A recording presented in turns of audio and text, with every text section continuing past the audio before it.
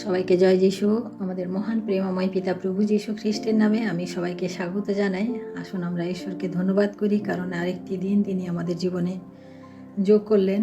আজকে আমরা বড়দিনের খুব কাছাকাছি চলে এসেছি, তাই কিছু বড়দিন সম্পর্কে আমি কিছু কথা আপনাদের সামনে তুলে ধরব। বিশেষ করে আমরা বড়দিন উপহারের সময় আমরা প্রত্যেকে জানি না উপহার দেওয়া, আমরা সবাই অপেক্ষা করি যে সান্তা ক্লজ কোনো উপহার আমাদের জন্য নিয়ে আসবে বা কেউ আমাদেরকে কিছু উপহার দেবে। আমরা বিশেষ করে আমরা মানে বেশিরভাগ মানুষ আমরা চাই যে আমাদেরকে কেউ উপহার দিক, আমরা উপহার দিলে খুব খুশি হই। কিন্তু আমাদের ঈশ্বরের বাক্য তা বলে না। ঈশ্বরের বাক্য বলে যে আমরা যেন দিতে শিখি। তাই সেই উপহার দেওয়া অর্থাৎ বড়দিনে যে দেওয়ার শিক্ষা ঈশ্বরের বাক্য থেকে আমরা পাই, তা আমরা আজকে দেখব। যে বড়দিন শুধু মানে উপহারের দিন, যেরকম মানে উপহার হচ্ছে দেওয়ার দিন। তাই আসুন আমরা দেখি লূক লিখিত সুসমাচার তার 2 অধ্যায় 1 থেকে 20 পদ পাঠ করলে আমরা প্রভু যিশুর জন্মের কাহিনী আমরা দেখতে পাই। অর্থাৎ এখানে আমরা দেখতে পাই যে স্বর্গদূত মরিয়মকে স্বপ্নে আদেশ দিলেন যে মরিয়মের কাছে একটি ভাববাণী আসলো যে তার গর্ভে একটি পুত্র সন্তান জন্ম নেবে, তার নাম ইমানুয়েল হবে বা যিশু হবে। সেই যিশু আমরা জানি সেই ত্রাণকর্তা জন্ম আমরা জানি যে কুমারী মরিয়মের গর্ভে হয়েছিল। তাই আমরা দেখি যে সেই প্রভু যিশুর জন্মকে ঘিরে যে আমরা আজকে এত কিছু উৎসব, এত কিছু অনুষ্ঠান করি, সেই যিশুকে আমরা কি দিতে পেরেছি বা বাইবেল থেকে যারা তারা কি দিতে পেরেছেন সেটা আমরা আজকে দেখব। প্রথমত দেখি যে মরিয়ম কি দিলেন উপহার হিসেবে। আমরা দেখি যে মরিয়ম প্রভু যিশুর জন্মে তিনি কি উপহার দিয়েছিলেন, আমরা সেটা আজকে দেখব। যে মরিয়ম তার নিজের দেহকে ঈশ্বরের জন্য দিয়েছিলেন। কারণ একজন কুমারী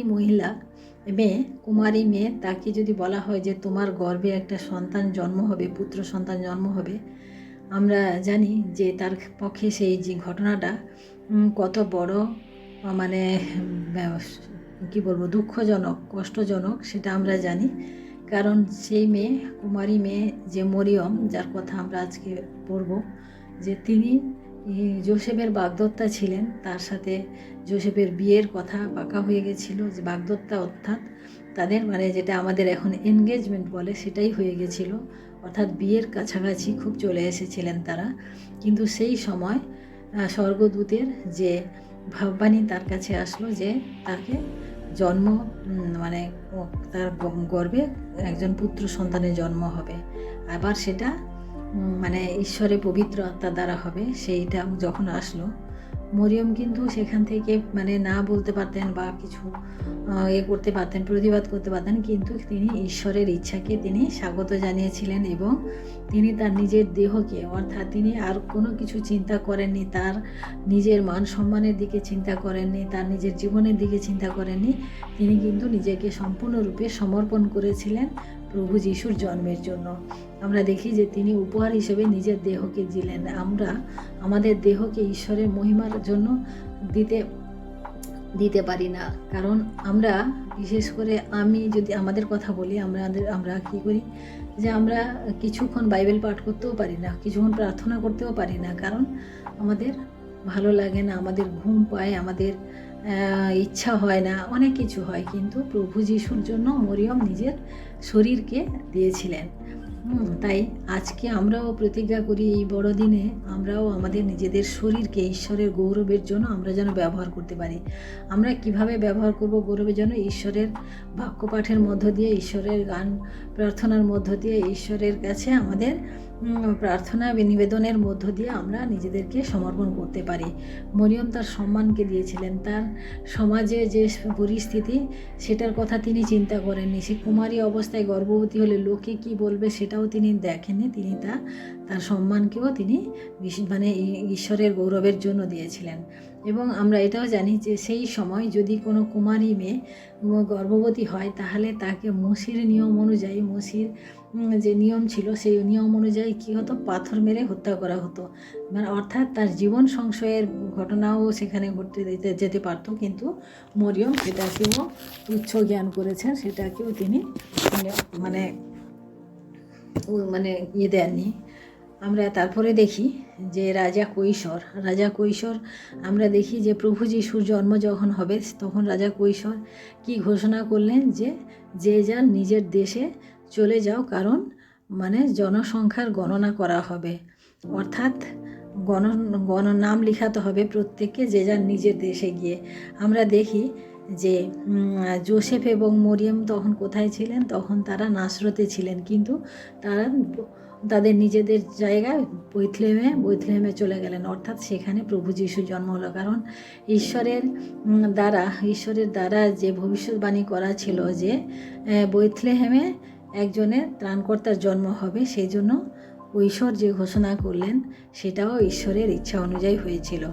আমরা দেখি যে গাধা না, মরিয়ম আর যোসেফ একটা গাধার পিঠে চড়ে মানে নাসরত থেকে বৈথলেহেমে এসেছিল। সেই গাধা অর্থাৎ যাকে মানুষ একেবারে খুব তুচ্ছ জ্ঞান মনে করে, সেই কিন্তু প্রভু যিশুর জন্মের সময় সেই কিন্তু সাহায্য করেছিল। কারণ গাধা এমন একটা জীব যে কখনো মানে কোনো কেউ তাকে ভালোবাসে না, তার কাজকর্মের জন্য বা তার চলাফেরার জন্য কেউ গাধাকে খুব একটা বেশি পছন্দ করে না, মানুষ ঘোড়াকেই বেশি পছন্দ করে, তাই সেই গাধাকে তিনি বেছে নিয়েছিলেন। তারপরে আমরা দেখি যে সরাইখানার মালিক কি করেছিল, যে মানে কোনো সরাইখানায় কোথাও জায়গা হয়েছিল না যোসেফ এবং মরিয়মের, কিন্তু আমরা দেখি যে সেই যাবপাত্র, যেখানে কেউ কখনোই চিন্তা করে না যে সেখানে যাবপাত্রে প্রভু যিশুর জন্ম হয়েছিল, সেই জায়গাটা মানে এত মানে খারাপ জায়গা যে তার দিকে কোনো দিন কেউ করে না, কিন্তু সেই যাবপাত্র একদিন উজ্জ্বল হয়ে উঠেছিল প্রভু যিশুর জন্মেতে। আমরা দেখি স্বর্গদূতরা কি করেছিল, স্বর্গদূতরা মানে প্রভু যিশুর আসার যে আগমন বার্তা তারা বহন করেছিল, তারা সবার কাছে পৌঁছে দিয়েছিল, এবং তারা গান করেছিল না, স্বর্গদূতরা গান করেছিল।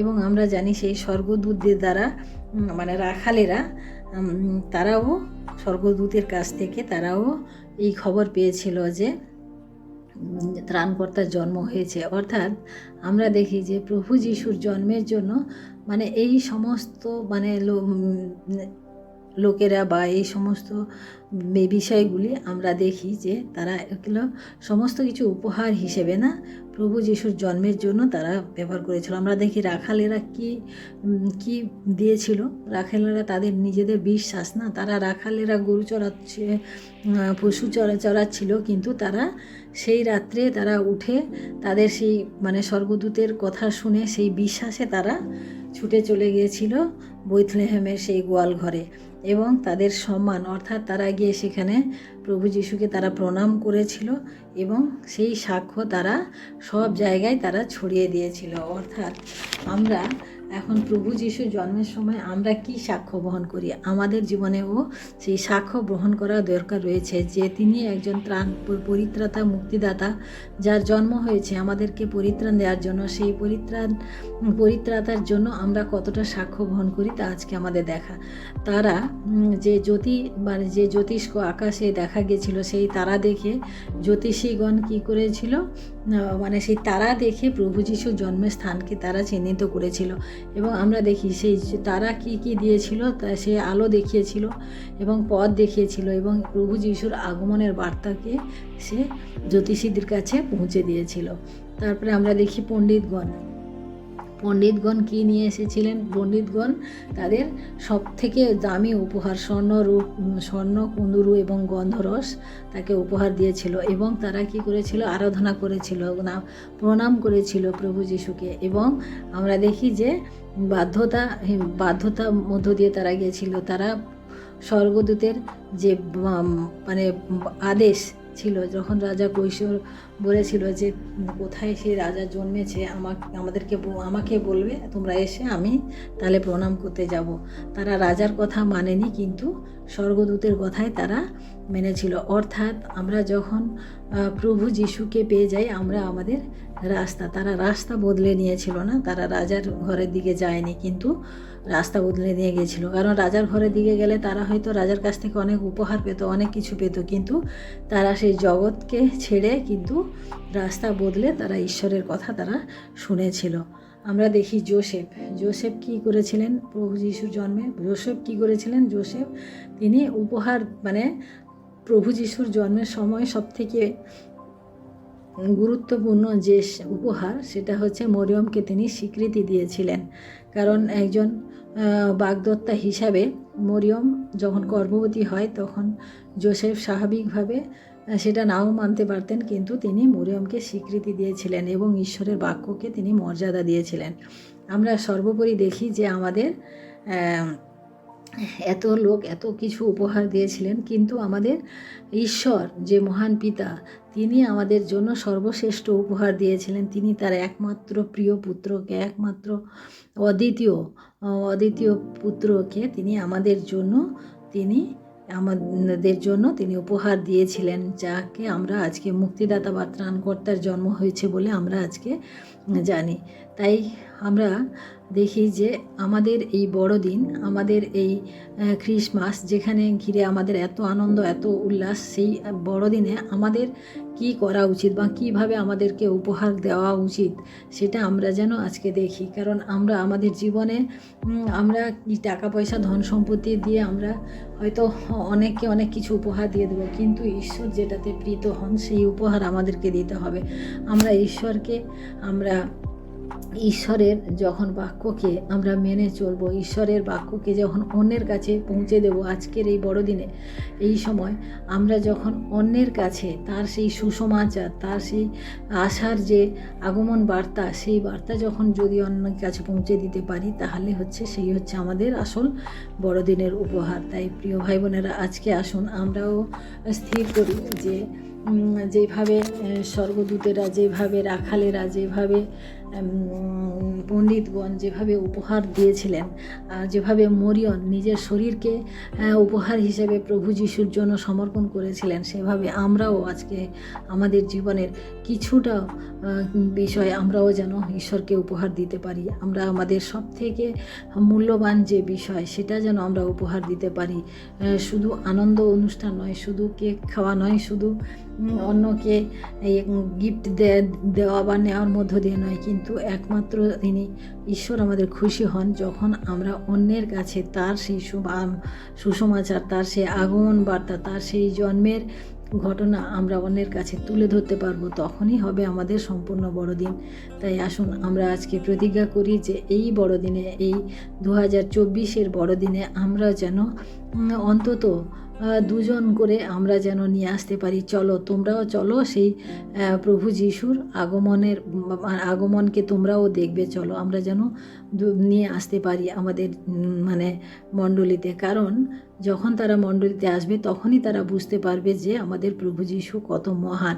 কারণ সবাই জানে যে প্রভু যিশু জন্মেছেন 25 তারিখ, কিন্তু সেই জন্মের মধ্য দিয়ে তার যে সেই অলৌকিক কার্য সকল, তার যে সেই অলৌকিক সাক্ষ্য সকল, সেই সকল কিন্তু আমরা অন্যের কাছে তুলে ধরতে হবে। লোকে কিন্তু কিছু জানে না, অন্যেরা কিন্তু পরজাতিরা কিন্তু কিছু জানে না এখনও পর্যন্ত। তারা শুধু জানে যে প্রভু যিশু জন্ম 25 তারিখে, কিন্তু সেই জন্মের যে আসল রহস্য বা সত্যি ঘটনা, সেটা কিন্তু তাদের কাছে পৌঁছে দিতে হবে। তখনই হবে আমাদের বড়দিন।